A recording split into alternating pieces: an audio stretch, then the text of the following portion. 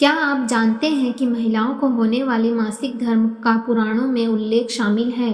उन्हें मासिक धर्म क्यों होता है, इस पर एक पौराणिक कथा भी मौजूद है जो इंद्रदेव से संबंधित है।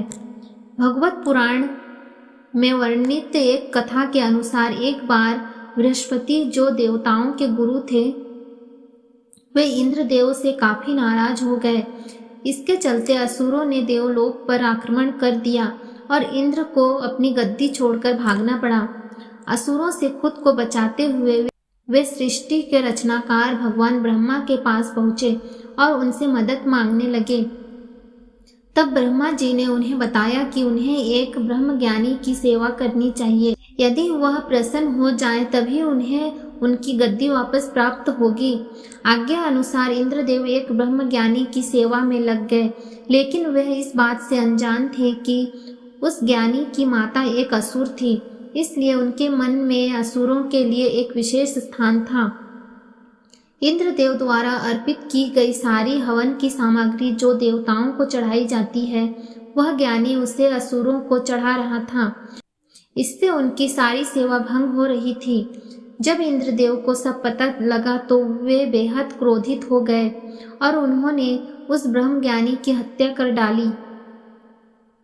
एक गुरु की हत्या करना घोर पाप था, जिस कारण उस पर ब्रह्म हत्या का पाप आ गया।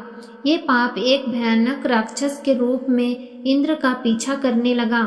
किसी तरह इंद्र ने खुद को एक फूल के अंदर छुपाया और 1,00,000 साल तक भगवान विष्णु की तपस्या की। तपस्या से प्रसन्न होकर भगवान विष्णु ने इंद्रदेव को बचा तो लिया, लेकिन उनके ऊपर लगे पाप की मुक्ति के लिए एक सुझाव दिया। इसके लिए इंद्र को पेड़, जल, भूमि और स्त्री को अपने पाप का थोड़ा थोड़ा अंश देना था। इंद्र के आग्रह पर सब राजी तो हो गए, लेकिन उन्होंने बदले में इंद्रदेव से उन्हें एक वरदान देने को कहा। सबसे पहले पेड़ ने उस पाप का 1/4 हिस्सा ले लिया, जिसके बदले में इंद्र ने उन्हें एक वरदान दिया।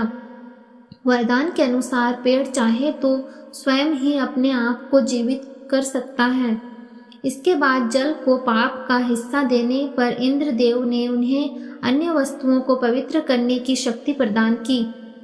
यही कारण है कि हिंदू धर्म में आज भी जल को पवित्र मानते हुए पूजा पाठ में इस्तेमाल किया जाता है। तीसरा पाप इंद्रदेव ने भूमि को दिया, जिसके वरदान स्वरूप उन्होंने भूमि से कहा कि उस पर आई कोई भी चोट हमेशा भर जाएगी। अब आखिरी बारी स्त्री की थी।